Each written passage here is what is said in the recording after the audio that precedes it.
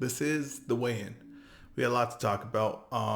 Usually, I'm gonna go on Twitter. I'm gonna do the same thing I usually do, the same format I usually do.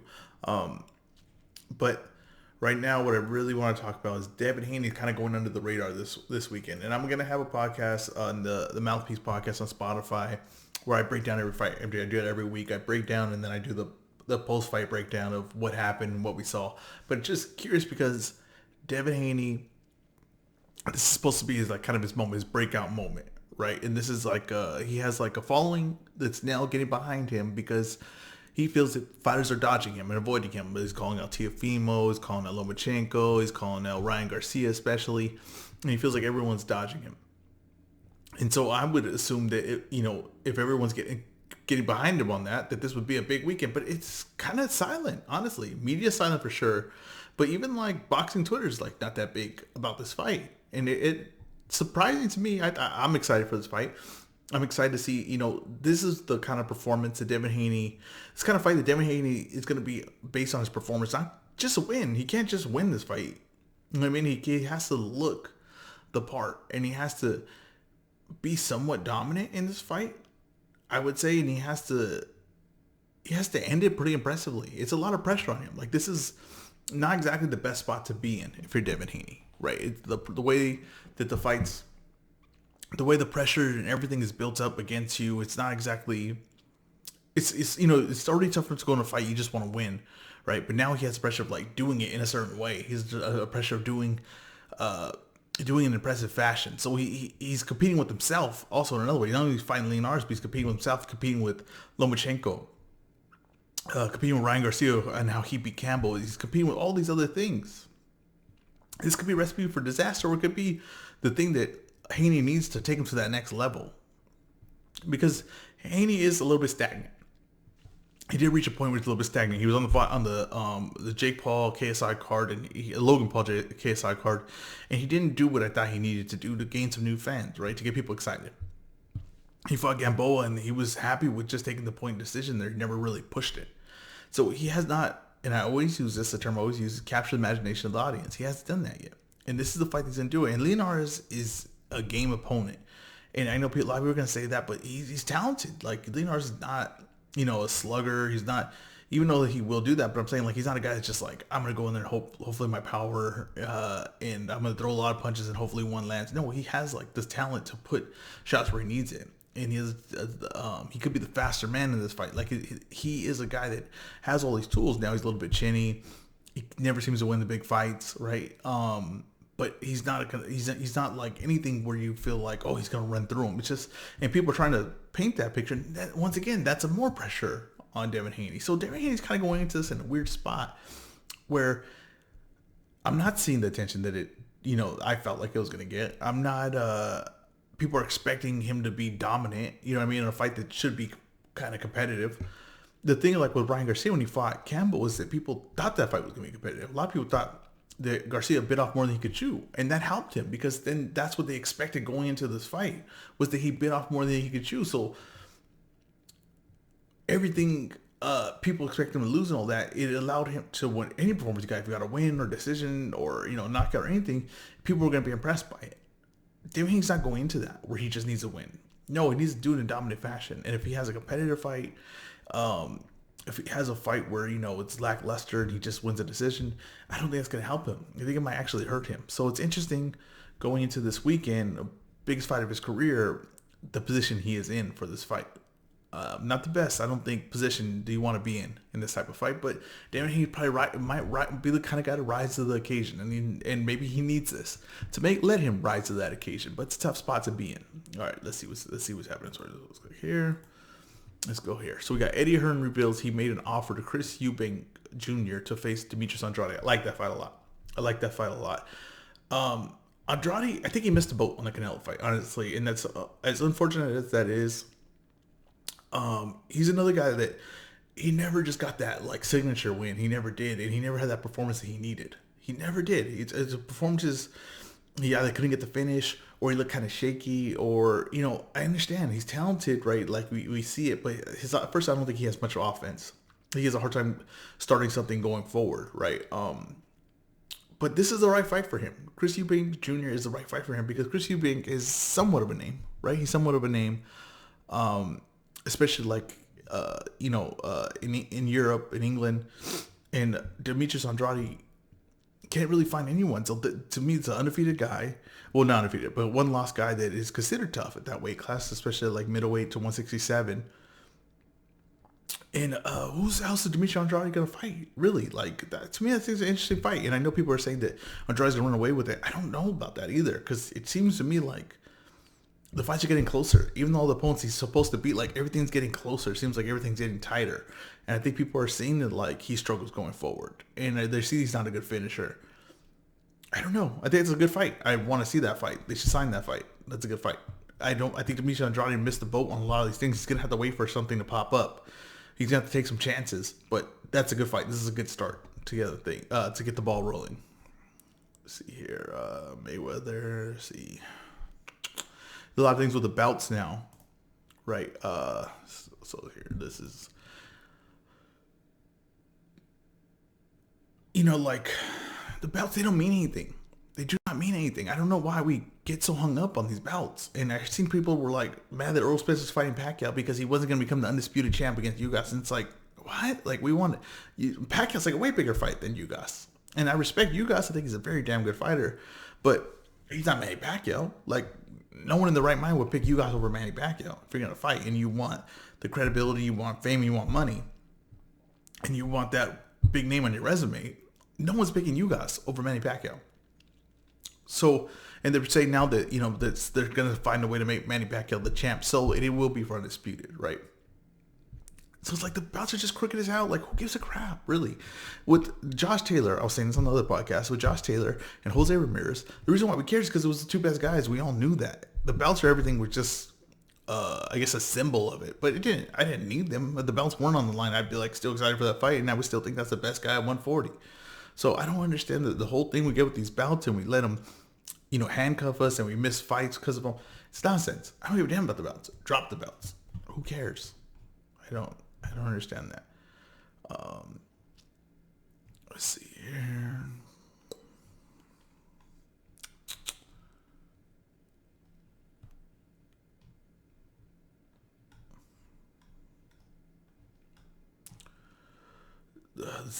I don't speak Spanish. Just FYI, I guess. So I don't know what it says, but I'm guessing I see Oscar De La Hoya in the GSP situation, and it's the issue that keeps coming up with like the UFC and the power they have over fighters and the power they have over their labor force. And at what point, right, is someone going to step in and say like, you can't control the guys like this, and you can't limit what they can get paid somewhere else. Do you know what I mean? And I get what the UFC is doing with this. Like, I understand why they don't want it to happen. It's not a good look to have GSP, say if he loses to get pieced up by old De La Hoya. That's not a good look. It isn't. I understand that they're trying to protect their sport. But this is the problem. This is the thing with fighting, though, is that if you don't have a lifelong contract with them, right? If they're not paying GSP right now, it's kind of hard to explain why he can't go fight in another sport and they're offering him millions of dollars. It's tough. It's a tough pill to swallow. Even if contracts and everything makes sense, right? Even if it's all legal, it's still like just the looks of it doesn't look good. And that's what's going on with GSP. Now, I'm not saying that De La Hoya would piece out GSP right now. I don't really know. I don't know what De La Hoya you expect. Like I said all along, all these fights and all these gimmick fights and everything like that, boxing will get his heart broken in one of these moments, right? It's going to happen because you keep doing it. You keep messing with it. You're going to roll snake eyes. You keep rolling dice, you're going to roll snake eyes. But the fact that George St. Pierre has to miss out on all these opportunities and everything because the UFC basically has a lifetime contract with him and doesn't want to see him go anywhere else. It's interesting. I know there's a lawsuit to see, if the UFC, this is legal, that people are fighting if the UFC can, control guys like that, and there should be a free market or an open bidding system, kind of like in boxing. Not exactly how boxing works either, though. Like, that's another interesting thing. It's like we have purse bids. Okay, that's because of the titles, but if you're signed with like Top Rank, you can't go fight Matchroom unless the Top Rank signs off on it. So there's some middle ground there that I think boxing kind of has figured out, but then kind of not, because like Terrence Crawford can't fight Earl Spence. That's because he's on the other side of the street, which is the expression that everybody likes to use. So there has to be some middle ground there for the MMA guys that especially like GSP, who, you know, I feel like UFC should have did this for him just to get him paid because he's a legend. And I know that they said they were offering him fights, but what were they offering him? You know, like young guns that he doesn't want to fight anymore. You know what I mean? Like GSP wanted a boxing fight with an older De La Hoya. That's the fight that made sense to him. He's not gonna fight Izzy. You know, he's not gonna fight Usman. Those fights, Kobe. He's not gonna fight those guys. He does. That's not what he's looking to do. So, what are they gonna keep offering him fights when he's 50 years old? Like, how long does it go? How long does this keep going? Where GSP 60 and they're still offering fights just to keep him under contract. Then they should have to pay him. Then they should have to pay him some minimum to keep him like that. And I'm sure that in boxing there's something similar, like where the boxers get screwed at things. And I, you know, kind of like with the Crawford one. Let's see here. So playoffs, so it's like a lot of NBA stuff. Let's see here. Some fighters are stepping up to the plate, fighting the best opposition in their division. Those are the ones that are truly daring to be great. Then there are fighters who are fighting mediocre opposition and claiming to be great. You don't claim greatness, you earn it. Haney and Leonaris. It's a relatively safe fight, Rick. You know it, and I know it. I don't agree with that. And there's not really another direction for Haney to go. So, like, to accuse Haney of that, Haney's willing to fight anyone. I think that part's been clear. I'll never say anything else about Haney. I'll never say anything other than that for Haney. He'll fight anyone. It seems like it.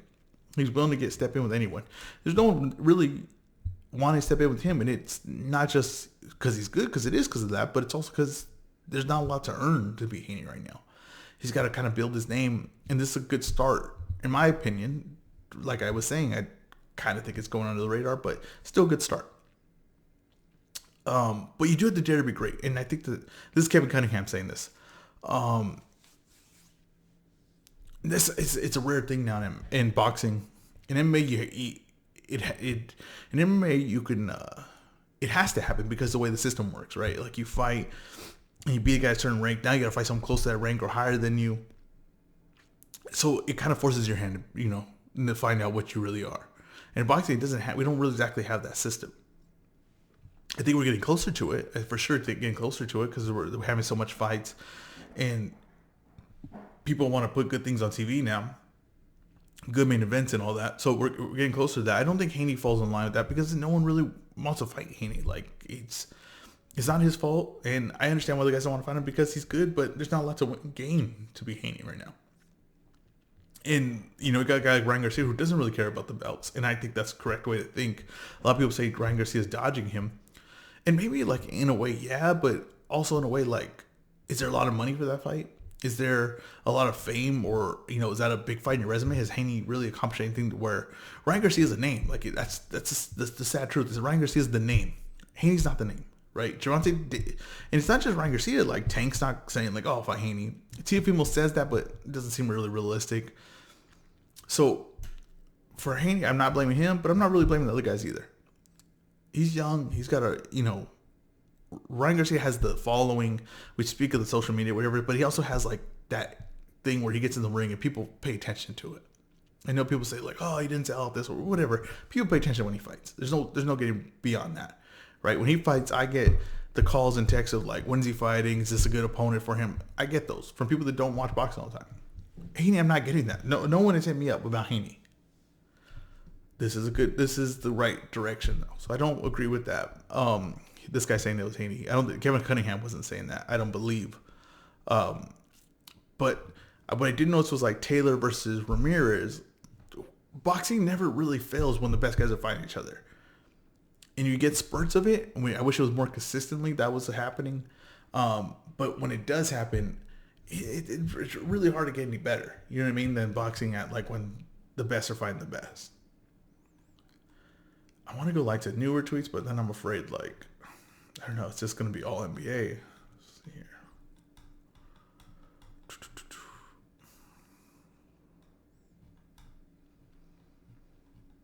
I've been following more MMA guys. I don't think MMA Twitter's like, I don't know. It's just, maybe I'm just got to keep looking. I don't know. I'm not really finding everything that, like how it is at boxing Twitter to see. Tyson Fury and all that. I'm kind of done with that right now. I'm glad that the Wilder one is coming quick. I think that I'm not really super excited for that fight, to be honest with you, because I've seen Fury kind of dominate the two. I think I'll get more excited because the people that are they're claiming that Deontay Wilder should is gonna win the next one. They'll build it up for sure. Like but I just right now I from what I've seen it hasn't the fights haven't been close. So I understand Deontay Wilder like hits hard, right? I understand that. But he's hit hard for the last two fights, and it hasn't worked yet. Hasn't worked yet, and I think we're basing it off of he hit him hard in the last round. And I compared this before. I did a video on Twitter about like Shane Mosley, right? Because he hit Floyd Mayweather like in the fourth round, I think, and we seen what happened after that.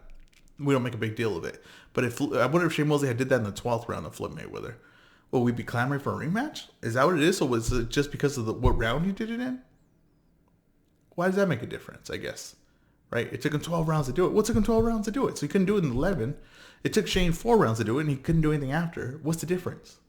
But that's why I'm not excited for it. But if Wilder's deserved a rematch, he deserves a rematch. I'm not going to be pissed about that. He deserves to get paid what the contract says. I'm not mad about that. I'm just not excited for the fight. Not yet, at least. I will get there. Joshua Fabia and Sanchez split. Diego has clearly been taking advantage of me for 2 years. The Fabia situation, I don't know. It's just like every guy that starts a cult, right? Like that's what he is. He's like every guy that starts a cult. There's a confidence to when he talks. A lot of people say this. Like I always kind of back Kanye. Like when I think Kanye is smarter than like what people give him credit for. I think they call him crazy, and just because I don't know think people want to argue against him, so they just he's crazy. It's just an easy way to put someone down. And maybe he's eccentric. Kanye's he's eccentric, right? And I think that he gets unfairly judged because I think there's been a lot of artists that have been eccentric and got credit for that, and we're just really highly respected. But when Kanye is, it's oh no, he's crazy, he's dangerous. It's all these things. I don't think he's being fairly judged. And Joshua Fabia he's more confident than he is knowledgeable, if that makes sense. He speaks confidently and he speaks clearly, so it sounds like he's more knowledgeable. But then you look at it and you're no, this guy doesn't know what the hell he's talking about, or it's just nonsense, or it's just said in a certain way. For some reason, you get these kind of guys in MMA sometimes. You'll see it the guy I train outside and I'm one with nature and those kind of things. You get that nature, I'm one with the world and peace, and that's because maybe that's the mixture of that martial arts and all that. But yeah, this guy doesn't, he's a BSer. I seen him doing some wrestling deals with Diego. I'm not saying that he doesn't know what he's doing, but he's mostly a BSer. And Diego Sanchez is a guy who's been hit too much. And that's it. I don't know what, the interest in the story is, to me, it ends right there. If you wanted to go on guys that are punch drunk and see the decisions they make in their life and the people they allow in their life, I mean, you could do this over and over again. And maybe Diego Sanchez is the first truly punch drunk guy in the UFC, and that's why they're doing the story a long time. But that's just what it is. I don't know. The guy punch drunk making bad decisions, having listened to the wrong guy, and they're making this guy Joshua a bigger story than he has to be. Really, he's a trainer for a guy that's no longer even not even a contender, not even a stepping stone, just a guy that used to be a name a few years ago. To me, that's the end of the story. I don't see the the interest in it beyond that. Let's see here. That's just the news for the fight.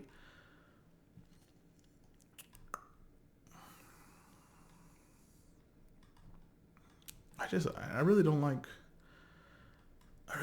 when sometimes all day I just see people just blowing up boxing Twitter, and I'll see some good MMA stories, and I'll be oh, I want to talk about this, and then I get on here and it's is there a queue? Can you queue up tweets? I don't think so, right? Or I guess right? You just like them, but I don't. And then people seeing all the damn likes. I don't know. I'm disappointed right now. I thought it was gonna be Claressa Shields.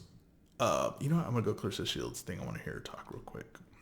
Making videos and shit like that, but I'm going to make this video, and I'm going to say this one time only. people keep on comparing me to Kayla Harrison, me to Amanda Nunes, and asking people, oh, who do you think will win a fight out of those two if they were to fight right now? And everybody has the correct answer by saying Amanda Nunes or saying Kayla Harrison, right? But the thing that I find funny is, why do you guys think that you're a genius if you pick them to beat me? I have not even had an MMA fight yet. I have 0 MMA fights. 0. And you guys are comparing me to the best and then thinking you're some kind of fucking genius if you say, oh, she'll lose to them right now. Duh. But you won't be able to say that in 2 to 3 years. You won't. So don't think that you're super smart just because you say, oh, Kayla or Amanda will beat Claressa right now. I don't even making videos and shit like that. She's 100% right. Now, I'm not saying... I expect a lot of success for Claressa Shields as long as she's committed to MMA, right? Because I expect her to be, well, first of all, one of the better athletes in women's MMA. I expect her to be one of the hardest hitting women in women's MMA. But I just think everything that she brings to the table will allow her to, get good really quick. Right, she's very strong. She's very fast, very explosive, very balanced. Good defensively in boxing. So that means she knows spacing, she knows timing, she knows. She has good eyes. She can read you. All these things are gonna work in MMA, right? And she's doing it the right way. She's not just getting thrown to the wolves. She won't allow herself because she's smarter than that. She's also only like 23 years old. So that means you're getting her at maybe before her prime. You're getting her. She's already a world champion in boxing. There's no one left for really her to fight. There's no fight that really makes sense for her. So now she's gonna go to MMA. She's the perfect size for Amanda Nunes, for those people, for the Kayla Harrison, right, who they want to match her up with eventually in the future. I think she's gonna be successful, and I think that it's weird. There's this weird thing that made the boxers can't do it, and they want to put down boxing when boxing is a really effective style in MMA, whether people want to get around it or not. Most of the punches and techniques of punching and the combinations are boxing. Okay, it's not kickboxing punching. It's not Muay Thai punching. You know what I mean? It really isn't. And if you don't believe that, go look at a Muay Thai fight. Go look at a kickboxing fight, and go look what the MMA, right, what the world champions are using. You think they're using kickboxing? They're not. And I'm not trying to put down those things because those are effective too. I just think that it's weird that boxing is put down in MMA and it has like this. They have this hate for it, and they think that for some reason, a guy in jiu-jitsu who jiu-jitsu is so different from stand-up, and it's so different from like explosion and all those things, right? Could be successful and people 100% buy in, right? Like if a Gracie comes, there's like 100 people are just like, oh my God, he's gonna be a world champ. Why? When they have no stand-up, they have no experience in it. There's nothing they do is similar to it, so they have a real hard time. They have bad hips when it comes to movement, bad legs, all those things. But when Claressa Shields or a boxer says them come who's explosive with their legs, good bounce, good balance, good defense, explosion, all these things, and they're like, no, not a chance. It's so stupid. It's the weirdest thing, and we have to start calling out like the MMA trainers who say like, oh well, Ben Askren is just gonna pressure him with wrestling. He's used dirty boxing. It hasn't worked. It didn't even work against Jake Paul. It has never worked. So when these guys keep saying that, it's like, well, are they knowledgeable? Like, how knowledgeable are they? Right? You have to really question. And no one ever does that. No one goes back and be like, look at what this guy said. Look at what Schaub said when the Conor McGregor Floyd fight. Look at what Rogan said. Look at what all the trainers said. Look at what Faraz Sahabi said. No one ever goes back and really like puts that all together and be like, whoa, these guys are way off. And they've been off. And the fans and everything, they have like this hate for boxing. I get it because boxing's the main competitor, I guess, to MMA in their eyes.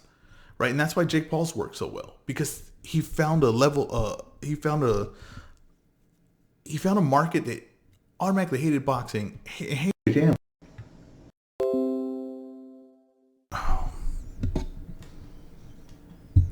Testing.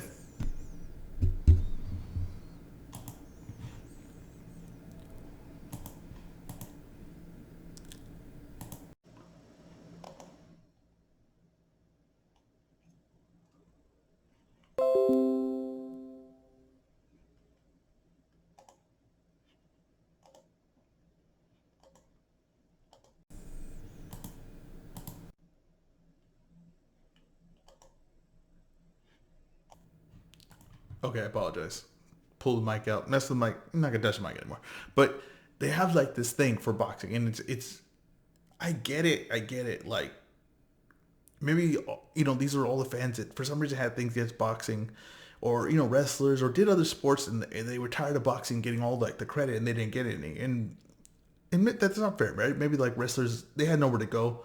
Kickboxers really had nowhere to go. All these guys, they had nowhere to go. Muay Thai guys, there was nothing for them, and now it's there, and now they don't want to give any credit to boxing. They want to take from it, but unfortunately, you can't. Okay, it's still one of the most effective arts.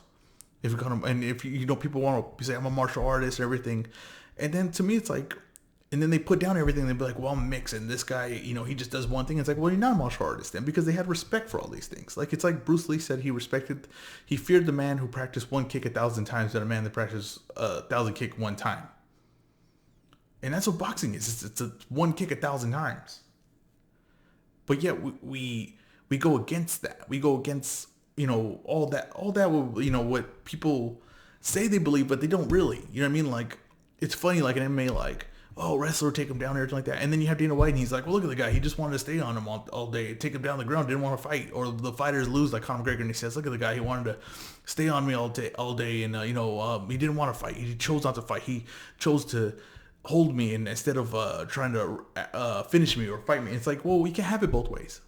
You get what I'm saying? You can't have it both ways. So do you not like wrestling, or do you like wrestling? You can't have it both ways. And it's just funny that I think Claressa Shields is going to be, first of all, like Jake Paul started off, right? Where he kind of showed, like, where I think MMA fighters had arrogance that they come to boxing and do something. And they were saying, like, it's easier and everything. And then you look at what Jake Paul did at Ben Askren. It's a little eye-opening, right? And I understand that he had the weight advantage. I understand Ben Askren's a wrestler. But it's still a little eye-opening, right? Where he just looked helpless. He looked helpless against a guy that just really started boxing. And I think that Claressa Shields is going to be, she's the first, like, this story's got to get bigger. And it's getting pretty big, but I said it from the first moment that I heard that she was going over. It's one of the smartest decisions she ever made.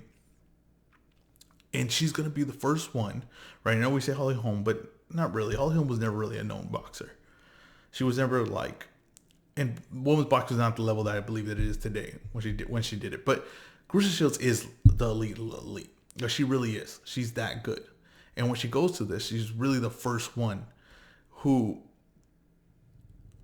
is one of the best boxers to go in their prime. Not old, not James Toney 5 weight classes above his weight class, right? Can't move his legs anymore. This is a person in their physical prime, before their physical prime. And I feel like they're going to prove a lot of things that, what that level of talent and that level of athlete can actually do when trained properly, when not thrown to the wolves right away, when allowed to, adapt to their environment. I'm extremely excited to see it. I think Claressa Shields has handled everything perfectly. I think the way she's answered the questions, everything is, she's going to be a star like an MMA. She really is. And boxing's going to get behind her, and maybe the MMA fans won't like her, or maybe they will. And I think the women are going to get behind her. And I think she has something cooking here where if she could still do boxing and MMA, she might be one of the best athletes, like fighting athletes of all time. We have to talk about them like that. If Conor was to beat Floyd, right? Like say Conor beat Floyd, they were saying he was to be the greatest fighter of all time. Well, then why are they saying that about Claressa Shields? If she goes and knocks out Amanda Nunes or Kayla Harrison or becomes world champ, right? And is world champ in boxing at the same time, why is she not one of the greatest fighters of all time, if not the greatest fighter of all time? Why are we not saying that? That's what this could be. So we're going to see, you know what I mean? And then if she gets destroyed and she can't even ever get to that level, then someone can say, well, you're wrong, right? That there is a reason why they can't do it. And then we'll have to re-examine it from that point. But I don't like the negative that she's getting automatically. I don't understand it. And I've been seeing those for a long time. Thank you guys for listening. Sorry for the technical difficulties. This has been The Weigh-In.